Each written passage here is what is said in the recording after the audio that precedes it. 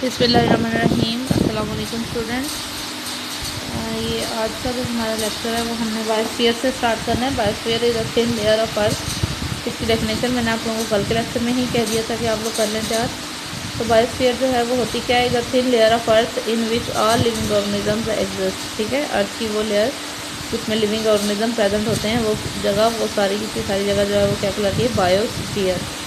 Sphere जो है वो अर्थ का पार्ट, और बायो का मतलब लाइफ, वो अर्थ का पार्ट जहाँ जहाँ पे लाइफ मौजूद है वो बायोस्फीयर कहलाएगी। Organisms within the biosphere not only adopt themselves to the environment but also interact to modify and control chemical and physical conditions of biosphere. An organism lives in a habitat. अब जो organism के रहने की जगह होती है, बस इस पैराग्राफ में से आपने बायोस्फीयर की डेफिनेशन याद करनी है ऊपर वाले में से, ठीक है ना। Biosphere is a thin layer of earth in which all living organisms exist. Organism जहाँ पे रहता है उसको उसका हैबिटेट कहते हैं, ठीक है।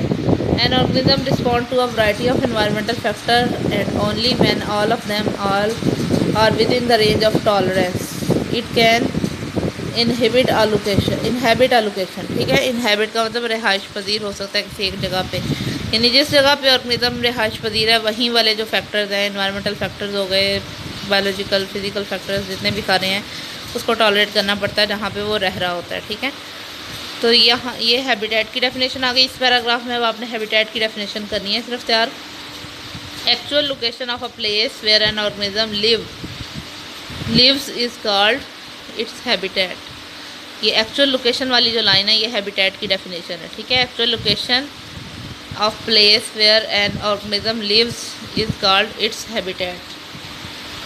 In 1917, Joseph Grinnell, American ornithologist, first proposed the term niche in ecology, ठीक है। इकोलॉजी में ऑर्निथोलॉजिस्ट जो था अमेरिकन, ठीक है, उसने सबसे पहले जो है निश की डेफिनेशन दी थी। जोसेफ ग्रिनल, ये आपने अंडरलाइन करना है, आपके एमसीक्यूज़ के लिए इंपॉर्टेंट है, ये आपने अच्छी तरह से स्टूडेंट्स याद करें। 1917 में जोसेफ ग्रिनल ने, अमेरिकन ऑर्निथोलॉजिस्ट था।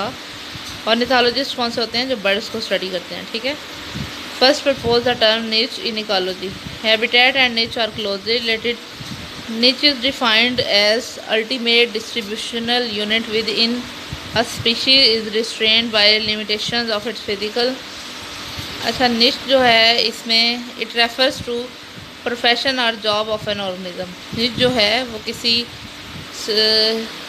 Charles Elton consider niche a basic role of organism. यहाँ पे आपने अंडरलाइन करना है। अमेरिकन जोसेफ ग्रिनल जो था उसने निच को प्रपोज किया था टर्म इकोलॉजी में, फर्स्ट उसने प्रपोज किया था और उसने कहा था ये स्पीशीज़ जो है उसका रोल है। चार्ल्स एल्टन ने जो है वो निच को इस तरह से डिफाइन किया था, basic role of an organism in community, what is it does in and for living community, its relationship to its food and enemies. In other words, he defined niche as species occupation. Charles Elton जो scientist था उसने निच का occupation कहा था, उसका पेशा कहा था, यानी उसका काम कहा था कि उसका एक स्पीशी का उसकी इन्वायरमेंट में, उसके हैबिटेट में क्या काम है, क्या रोल है स्पीशी प्ले कर रही है, वो उस स्पीशी की निच हो जाएगी, ठीक है ना। It refers to the profession of an organism, यानी कोई ऑर्गेनिज्म जो काम करता है वो उसकी निच है, ठीक है ना, उसकी, और उसका काम ही उसकी इम्पोर्टेंस है। वो अगर काम ना करेगा तो वो चीज़ उस तरह से चल नहीं सकेगी, ठीक है ना। तो वो उसकी इम्पोर्टेंस है किस्म की स्पीशीज़ की, वो निच कहलाती है। तो ये भी निच की डेफिनेशन हो गई कि यहाँ से niche basic role of organism in a community, what it does in and for living community, its relationship to its food and enemies. Basically niche is species occupation, ठीक है।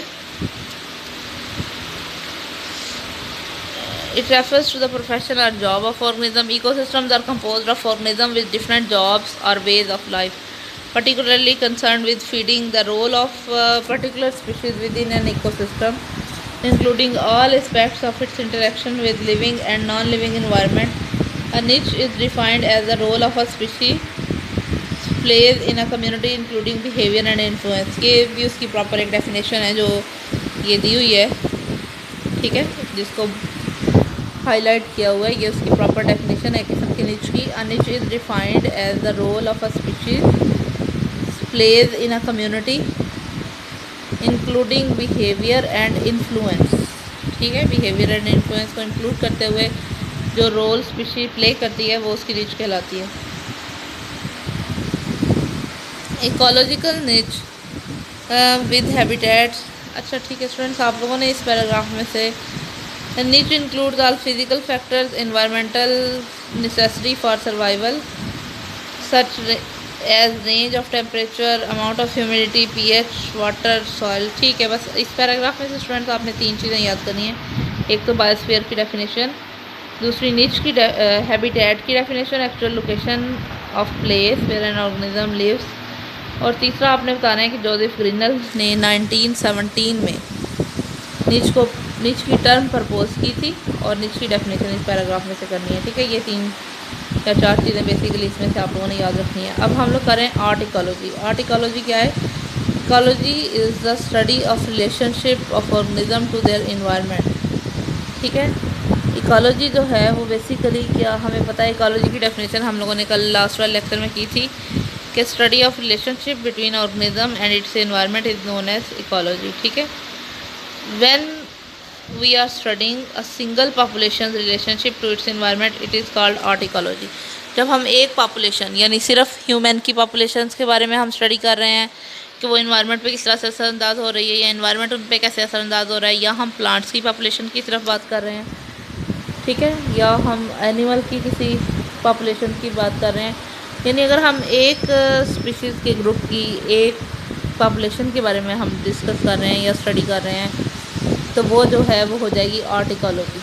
ठीक है, इसमें सिर्फ एक टाइम पे एक ही पॉपुलेशन को स्टडी किया जाता है, तो वो वाली इकोलॉजी की ब्रांच जिसमें पॉपुलेशन की स्टडी की जाती है, एक पॉपुलेशन की स्टडी एट अ टाइम, ठीक है, सिंगल पॉपुलेशन को स्टडी किया जा रहा है, वो कहलाती है art ecology. For example you are studying 50 to 100 plants of soybean in order to know the effect of water pollution on their growth and yield.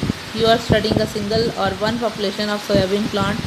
This is art ecology। इस paragraph में art ecology की definition भी है और example भी है। जहाँ पे यू आ रहा है वहाँ पे अपने वही का यूज़ करना है। ठीक है, कि अगर एक ही टाइम पे आप देखें हम सिर्फ सोयाबीन के पौधों के बारे में 50 हो गए या 100 हो गए, लेकिन वो सिर्फ और सिर्फ सारे के सारे सोयाबीन प्लांट के पौधे हैं। ठीक है, तो उन पे हम वाटर पोल्यूशन का इफ़ेक्ट देख रहे हैं। हम किसी और पौधे को नहीं, साथ गंदम को शामिल नहीं कर रहे हैं, हम साथ किसी और चीज़ को शामिल नहीं कर रहे, ठीक है ना। तो सिर्फ और सिर्फ सोयाबीन है, तो ये एक स्पीशी हो गई ना। ठीक है, तो इस स्पीशी के जितने भी पौधे होंगे 50 हो जाएं, 100 हो जाएं, बेशक पौधे बहुत ज़्यादा हो जाएं, लेकिन पॉपुलेशन वो एक ही रहेगी। ठीक है ना, तो उसकी स्टडी जो है वो क्या कहलाती है? आर्ट इकोलॉजी कहलाती है।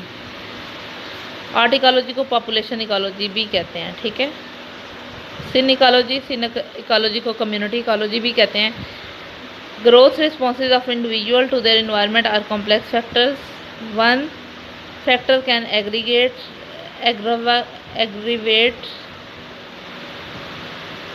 Other factors. एक फैक्टर दूसरे फैक्टर को जो है वो बढ़ा सकता है, या मतलब आपस में कॉम्प्लेक्स रिलेशनशिप होता है फैक्टर्स का, मुख्तलिफ फैक्टर्स का। ठीक है ना,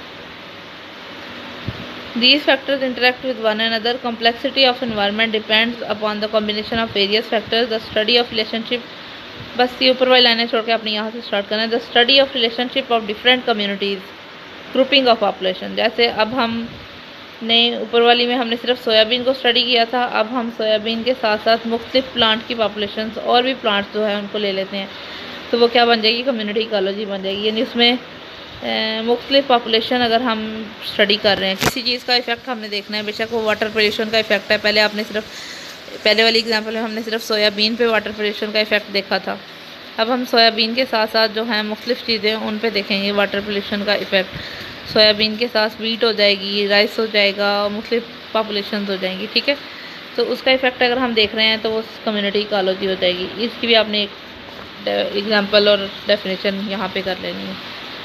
ठीक है, कंपोनेंट्स ऑफ इकोसिस्टम हमने कल भी पढ़े थे। इकोसिस्टम के 2 कंपोनेंट्स होते हैं, बायोटिक कंपोनेंट्स होते हैं और एबायोटिक कंपोनेंट्स होते हैं। ये 2 टाइप के कंपोनेंट्स हैं। बायोटिक कंपोनेंट्स में कौन कौन से आते हैं?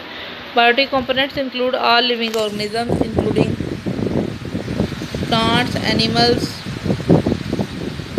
Coated by biosphere. Biosphere is spread over the surface of plant. Planet earth होना चाहिए था, यहाँ पे ये गलत लिखा हुआ है, प्लांट अर्थ, ठीक है।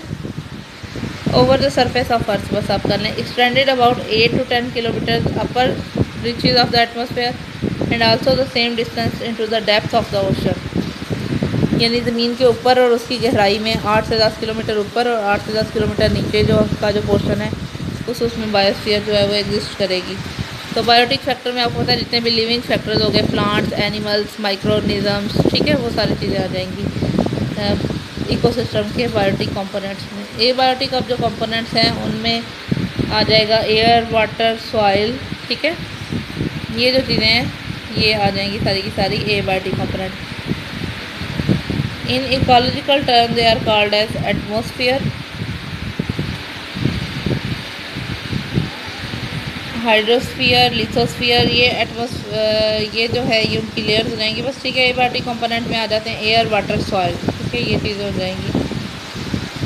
अब ये processes in ecosystem and interaction between biotic and abiotic component, ये वाला लेसन हम लोग कल स्टार्ट करते हैं स्टूडेंट। आज का आपका बस इतना ही काफ़ी है। आज का जो हम एक दो दोबारा देख लेते हैं आप लोगों ने कहाँ से स्टार्ट करनी है। आप लोगों ने लास्ट वाले लेक्चर में भी इसकी डेफिनेशन की थी बायोस्फीयर की, आज फिर आपने कर लेनी है बायोस्फीयर की डेफिनेशन इस पैराग्राफ में से, फिर हैबिटेट की डेफिनेशन, फिर निच की डेफिनेशन, और निच को जोसेफ ग्रीनल ने निच की टर्म जो थी वो प्रपोज की थी। इसके बाद आर्ट इकोलॉजी की डेफिनेशन और एग्जांपल, और सीन इकोलॉजी की ये पैराग्राफ जितना भी लंबा चौड़ा दिया है इसमें आपने सिर्फ डेफिनेशन करनी है और एक एग्जांपल करनी है, इसके अलावा कुछ नहीं लिखना। कंपोनेंट्स इकोसिस्टम के हो गए बायोटिक कंपोनेंट और एबायोटिक कंपोनेंट। और ये चीज़ एक इम्पॉर्टेंट एमसीक्यू में आ जाती है कि जो है बायोस्फीयर वो कहाँ तक है, ज़मीन की ऊंचाई पे भी, जिस जगह पे आप खड़े हैं ज़मीन पे वहाँ से 8 से 10 किलोमीटर तक ऊंचाई, और गहराई भी 8 से 10 किलोमीटर नीचे तक, ठीक है। वो वाला जो पोर्शन है उसमें मोस्टली जो है वो बायोस्फीयर होगी। उसके बाद एबायोटिक कंपोनेंट, एटमॉस्फेयर जो है वो एयर की प्लेस है, यही नॉन लिविंग फैक्टर्स है ना। हाइड्रोस्फीयर वाटर की स्फीयर है, और लिथोस्फीयर सॉइल की स्फीयर है। ये सारी एयर, वाटर और सॉइल ये बायोटिक कंपोनेंट है।